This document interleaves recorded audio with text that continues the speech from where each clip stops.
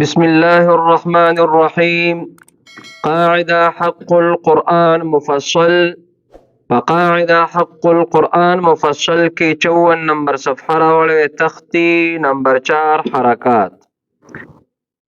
فصلورم نمبر تختی کی یعنی په حرکاتو کې جیم شین او د یا مخرج ویل شوی دی.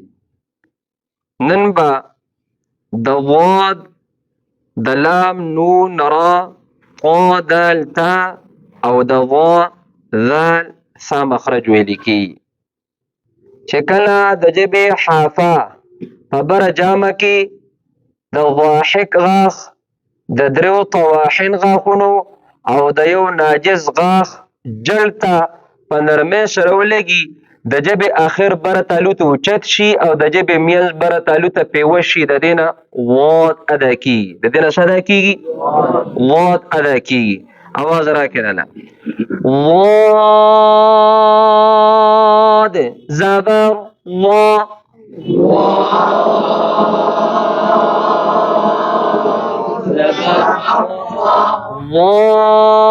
ضاد زير ضي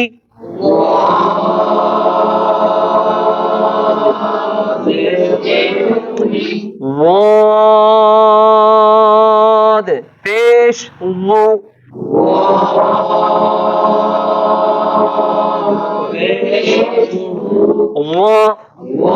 ضي ضو وتا حرف حافیه ویل کیږي.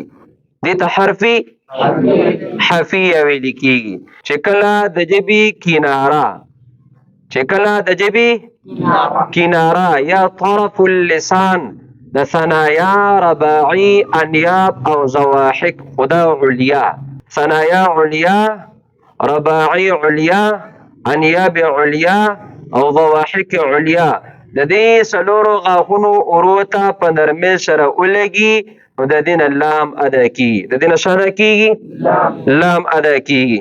اواز راکړئ لام زبر لا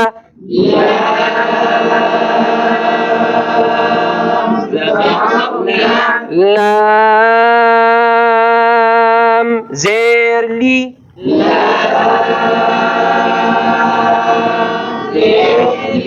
لام پیش لو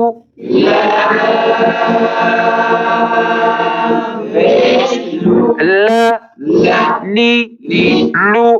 الف جاء چې کله د ژبې کناره د ثنایا علیا رباعي او انیاب د دې درو غاښونو اوروته په نرمۍ سره ولګي او هغه اورې چې د غاښونو ویښ سره متصل دي د اورو هغه حصه چې د غاښونو ویښ سره سره متصل د دې نه نون ادا کیږي. د دې نه څه ادا کیږي؟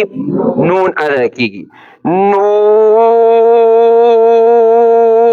زبر نه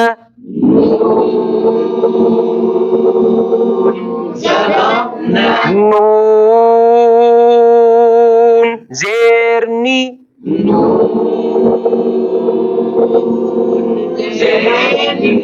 نون پیش نو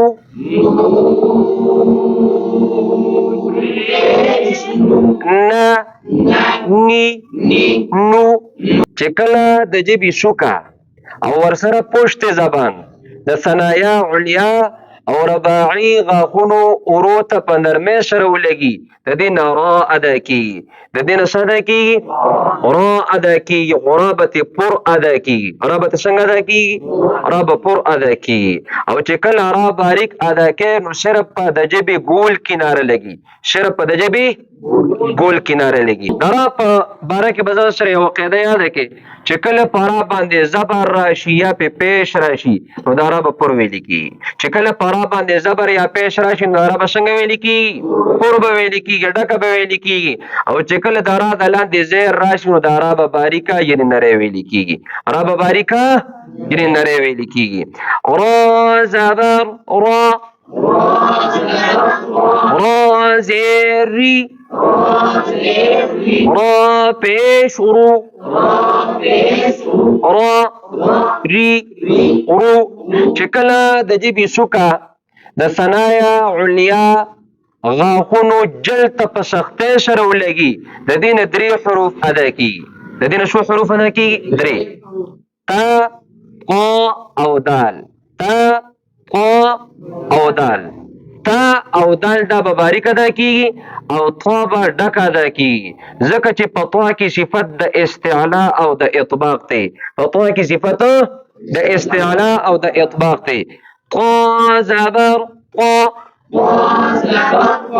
قا زیر طی، قا پیش طو، قا طی طو. دال زبر دا،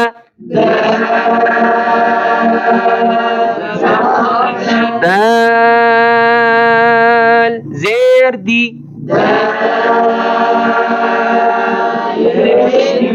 دال پیش دو، دا دی دو. تا زبر تا،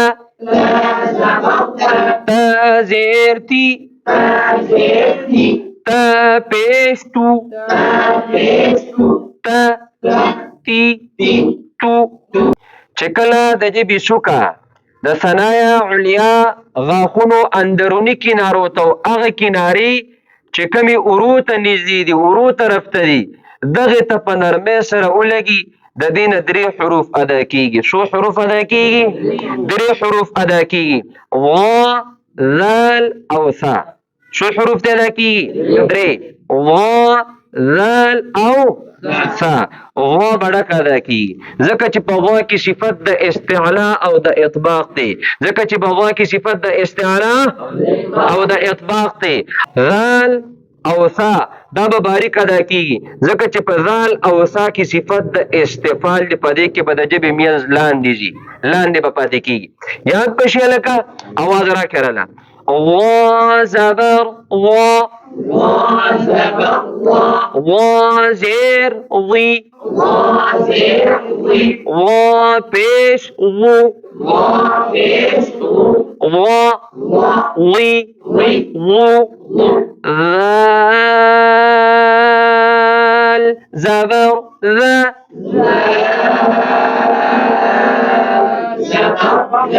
ذال زیر ذی،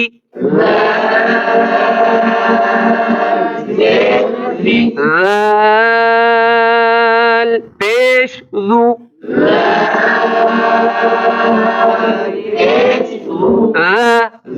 ذی ذو.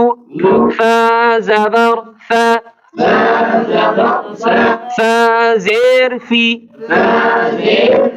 فا پیش ثو. بعضې خلک وایي سا پیش ثو، پیش ثو، پیش نه دی ښه، دا پیش دی. فا پیش ثو، فا في ثو.